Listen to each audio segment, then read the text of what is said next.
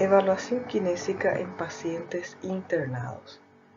En este material estaré hablando sobre la evaluación kinésica o fisioterapéutica en paciente que se encuentra internado en clínica médica o en las áreas de clínica quirúrgica. Estaremos observando un modelo de historia clínica kinésica y algunos aspectos que consideramos en la anamnesis y la toma de datos de pacientes. Finalmente, citaremos algunas de las escalas funcionales que aplicamos en la internación. Este es un modelo de historia clínica kinésica en donde observamos que los datos del paciente, como el nombre, la edad, la fecha de toma de estos datos o de esta evaluación, es muy importante tener en cuenta. También la ocupación o la profesión en la cual se desenvuelve el paciente. La ocupación y la profesión nos va a dar un dato importante a la hora de la rehabilitación o la readaptación al esfuerzo ante la actividad que realiza normalmente el paciente. Si nuestro paciente se encuentra en una sala de internación quirúrgico y aún no fue sometido a la cirugía, anotamos el diagnóstico preoperatorio. Ese diagnóstico preoperatorio nos entrega un dato importante acerca del compromiso funcional o el compromiso anatómico de algún órgano o aparato o sistema. El diagnóstico postoperatorio sería la cirugía o el compromiso ya encontrado en el acto quirúrgico. Un ejemplo, podemos tener como diagnóstico prequirúrgico una peritonitis. El foco de la peritonitis puede ser de origen apendicular y el paciente va a ser sometido a una cirugía de apendicectomía. Una laparotomía exploradora, posteriormente una apendicectomía o alguna otra afección más, ¿verdad? Entonces, el diagnóstico preoperatorio da la información acerca del diagnóstico presuntivo, lo que se sospecha antes de la intervención. Ese diagnóstico preoperatorio puede ser el mismo al postoperatorio. ¿Por qué es importante este dato para nosotros los fisioterapeutas? Porque si es desde el punto de vista de cirugía general, hay un compromiso de algún órgano que va a repercutir a nivel funcional respiratorio, cardiorrespiratorio o el sistema musculoesquelético, estos datos anatómicos o fisiopatológicos es un punto a considerar en el manejo terapéutico propiamente. Otro diagnóstico médico, en este caso clínico, que anotamos los fisioterapeutas es las patologías asociadas o los diagnósticos que fueron sumándose en el transcurso de la internación. Por ejemplo, neumonía intrahospitalaria, por ejemplo, un infarto agudo del miocardio, o si es un paciente con antecedentes patológicos de alguna enfermedad como hipertensión, diabetes o algún tipo de ACV secuelar, el diagnóstico clínico no quirúrgico es de relevancia para el fisioterapeuta. Cabe mencionar que otro de los diagnósticos que puede adquirir el paciente o que se puede sumar en la internación es algún tipo de infección, ya sea de origen urinario, una sepsis o de origen respiratorio. Entonces esos son datos de relevancia para el fisioterapeuta. El plan médico va de la mano al plan kinésico. Si el paciente va a ser sometido a cirugía, nuestra mirada apunta al manejo preoperatorio, a la preparación quirúrgica. Si el plan médico apunta hacia el alta del paciente, nuestro plan acompaña al equipo médico, al equipo de salud, orientando, acompañando al paciente en lo que sería la actividad de la vida diaria, la independencia para el alta. Entonces el plan médico es importante en el momento de la toma de decisiones para el plan kinésico si hablamos de la internación. Es lo mismo en un paciente en consultorio externo, pero menos frecuente, teniendo en cuenta que el paciente ambulatorio ya no tiene ningún periodo agudo o crítico de la patología. Sin embargo, si un paciente está internado, es porque se encuentra en una etapa aguda o ante una medida de monitoreo continuo. En relación al diagnóstico fisioterapéutico, aplicamos o consideramos al finalizar el tratamiento, al finalizar la evaluación kinésica, analítica y funcional. El diagnóstico fisioterapéutico tiene tres componentes. El componente de la deficiencia o el déficit anatómico fisiológico del aparato, el órgano o el sistema. Tiene el componente de la limitación funcional que ocasiona esa deficiencia. Y tiene un tercer componente que es la discapacidad que puede generar ese compromiso o esa afección. El diagnóstico fisioterapéutico se realiza, como habíamos dicho, al final de la evaluación. Evaluación analítica o semiológica, evaluación funcional y también luego de la interpretación de los estudios de diagnóstico.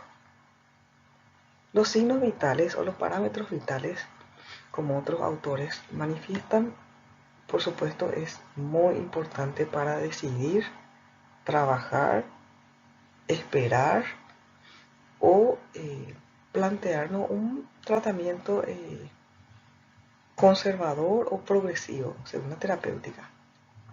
La tensión arterial, el pulso, la frecuencia respiratoria, la temperatura, la saturación según necesidad, si tenemos un paciente con un trastorno respiratorio o cardiológico, si el paciente se encuentra bajo un control hemodinámico y tiene la medición de la presión venosa central, es de importancia para el kinesiólogo. La presión arterial media es un dato relevante para aquellos pacientes con afección neurológica o neurocríticos, más aún en aquellos con diagnóstico de ACV hemorrágico o ACV isquémico.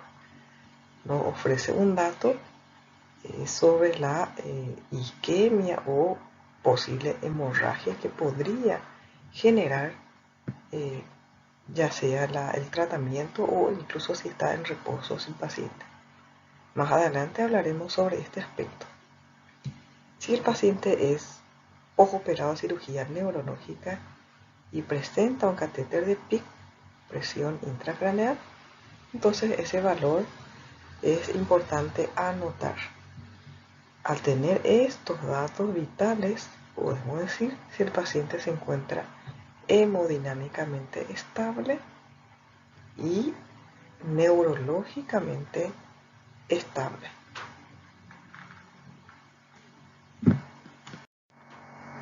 ¿Cuáles son las preguntas que nos planteamos los fisioterapeutas? Es importante la ocupación, cómo se desenvuelve o cómo se desenvolvía antes nuestro paciente. Recordemos que la mirada del fisioterapeuta es a largo plazo, además de esa medida, de ese objetivo inmediato, también nos planteamos a mediano y largo plazo, devolviéndole la funcionalidad al paciente. Es importante el diagnóstico médico clínico, así como el preoperatorio. Recordemos que la evolución de esa enfermedad va a depender de qué enfermedad, qué patología tenga. Y mi abordaje acompaña el proceso evolutivo de esa enfermedad. Es importante conocer la fecha de la cirugía, de la última cirugía realizada. ¿Por qué? Porque hay secuelas o consecuencias del acto quirúrgico que el kinesiólogo va a trabajar desde la mirada preventiva o desde la mirada terapéutica. Porque también es importante saber la fecha de la última cirugía, ya sea una cirugía de laparotomía, una cirugía de un injerto cutáneo, una cirugía de un bypass arterial, porque los tiempos quirúrgicos y la evolución respecto a la regeneración de ese tejido tiene su proceso donde el kinesiólogo tiene que acompañar y no adelantar o querer avanzar con el proceso evolutivo. Es importante conocer la cirugía al cual fue sometido el paciente, respetando así ese compromiso anatómico.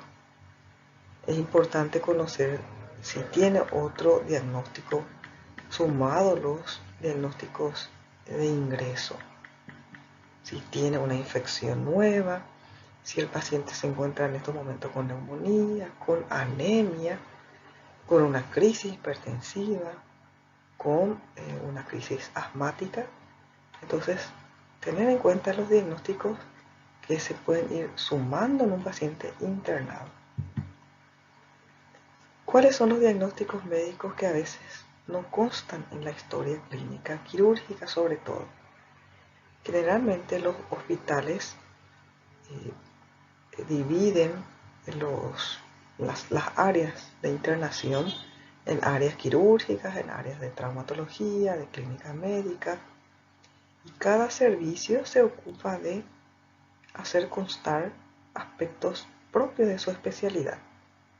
O sea que, por ejemplo, si estamos en el área de cirugía general, no podemos tener muchas veces los datos de algún compromiso traumatológico, traumato-ortopédico o neurológico, o si tenemos otros datos oncológicos como antecedentes.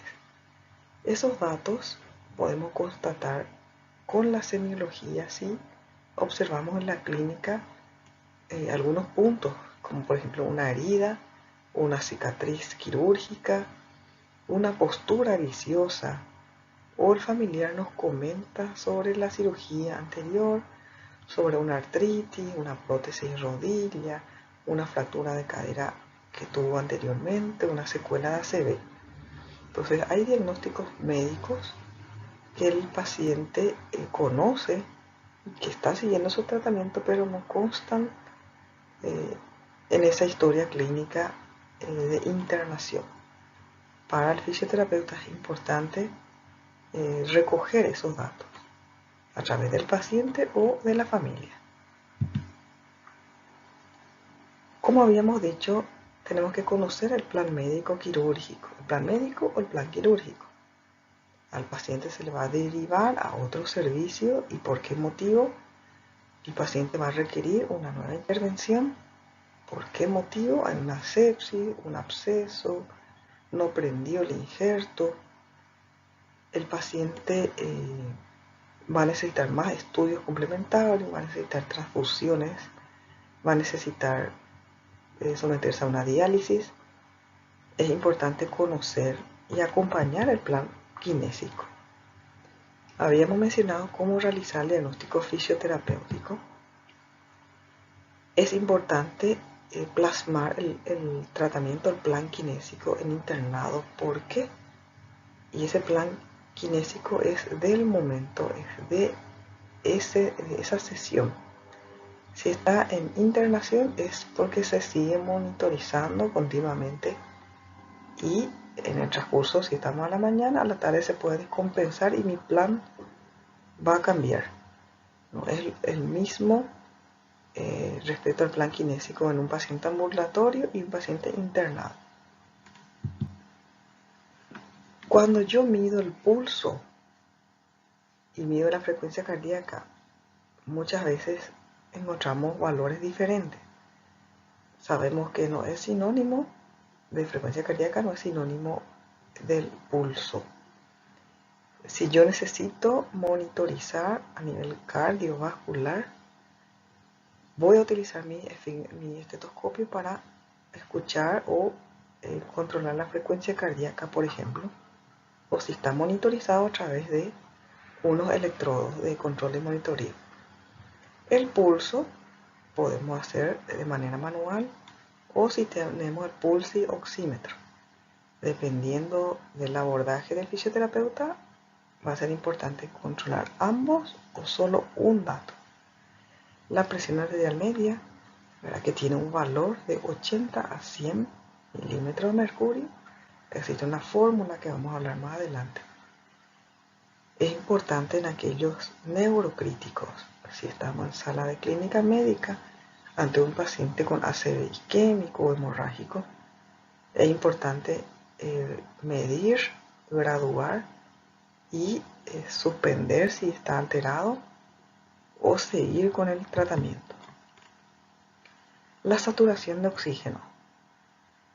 Si mi paciente tiene un compromiso cardiológico o respiratorio, es importante medir. Si no tiene un compromiso y está siguiendo un tratamiento de reacondicionamiento y readaptación cardiorrespiratoria, también utilizo el saturómetro.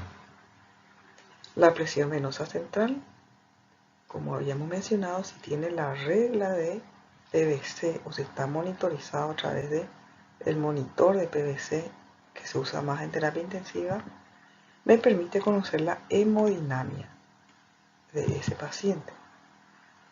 Si el paciente tiene algún tubo de drenaje pleural, un drenaje gástrico, tiene un drenaje por un absceso de psoas o un drenaje por una mastectomía, es importante observar el contenido y muchas veces medir el débito o cuánto fue drenando o si no está drenando.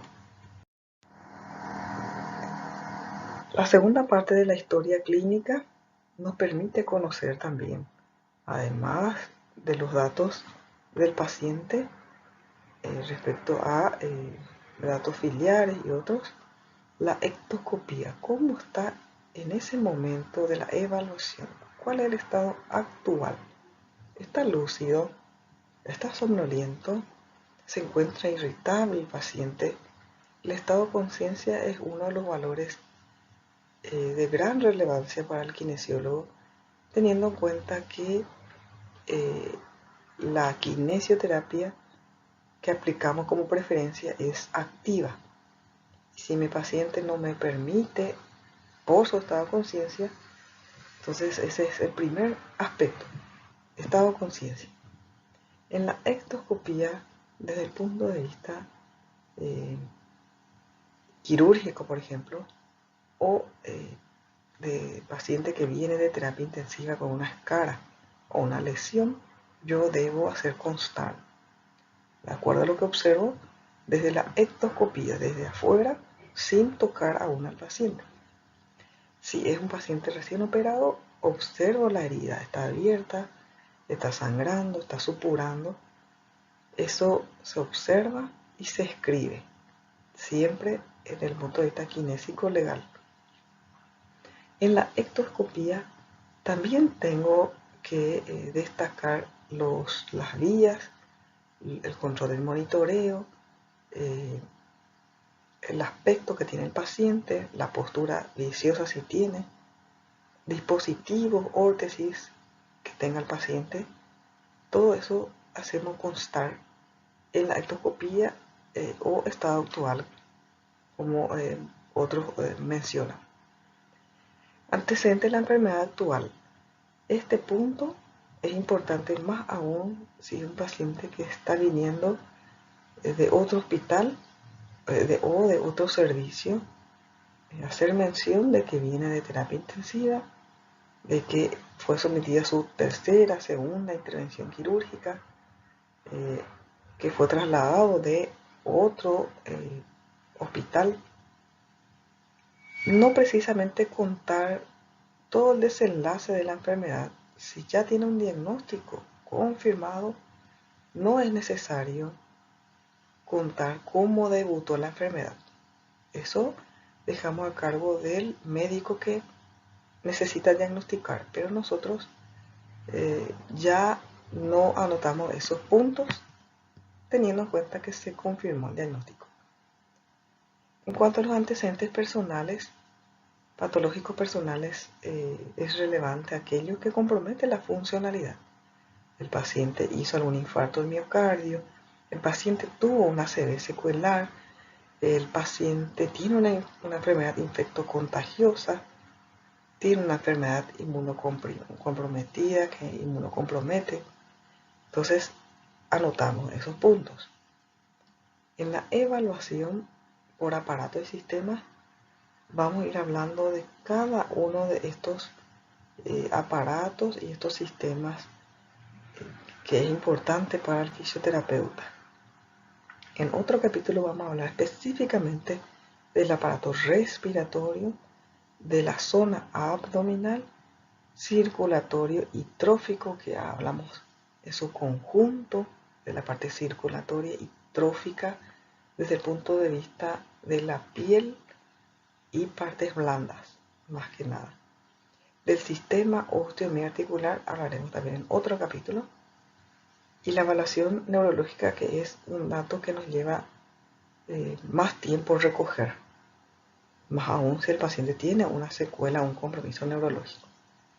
La evaluación funcional o los test funcionales o escalas de valoración física es el punto más importante, considero, para los fisioterapeutas, porque finalmente buscamos la funcionalidad de ese órgano, de ese sistema, de esa fisiología. Por ejemplo, la marcha, la independencia física, el manejo de la secreción a través de la tos, el manejo de la deglución, la succión, etc. De esto vamos a hablar también en otro capítulo.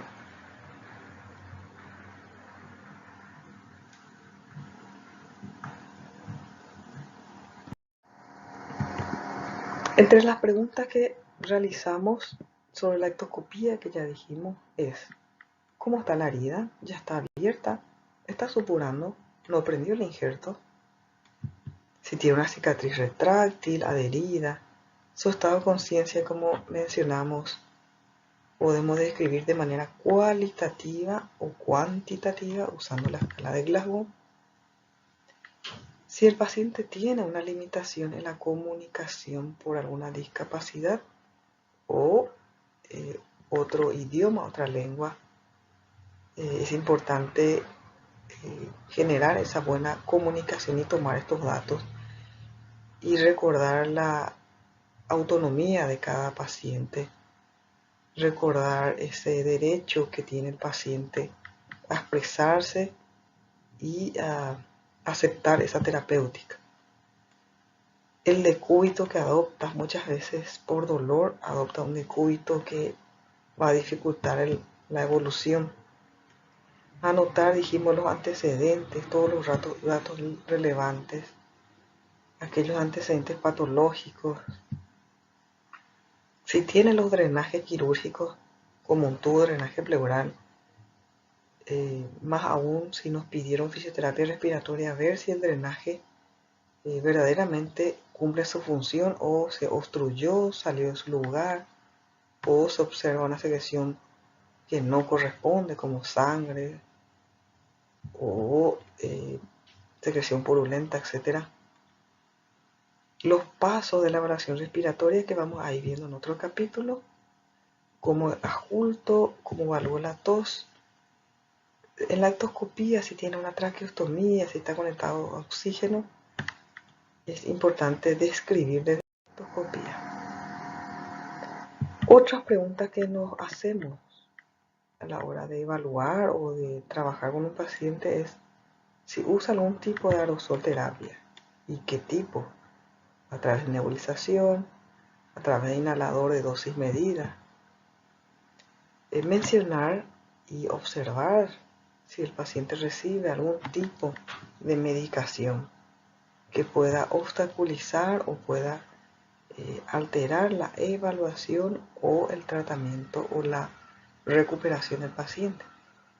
Si usa sedantes, relajantes musculares, está con antihipertensivos, si por el dolor está recibiendo el analgésico, está con fiebre. Si tiene una cicatriz y esa cicatriz observo que limita la funcionalidad de una extremidad o de un movimiento de escribir.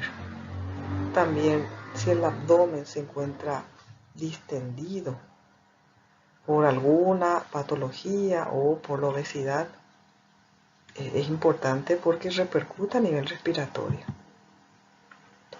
¿Cómo se alimenta el paciente y si voy a suspender la alimentación? Hablaremos en el área respiratoria porque es importante suspender y cuánto tiempo hacemos de pausa luego de la alimentación para el abordaje respiratorio. Si tiene edema, ¿cómo identifico si es anasarca? Vamos a ver también en la evaluación vascular.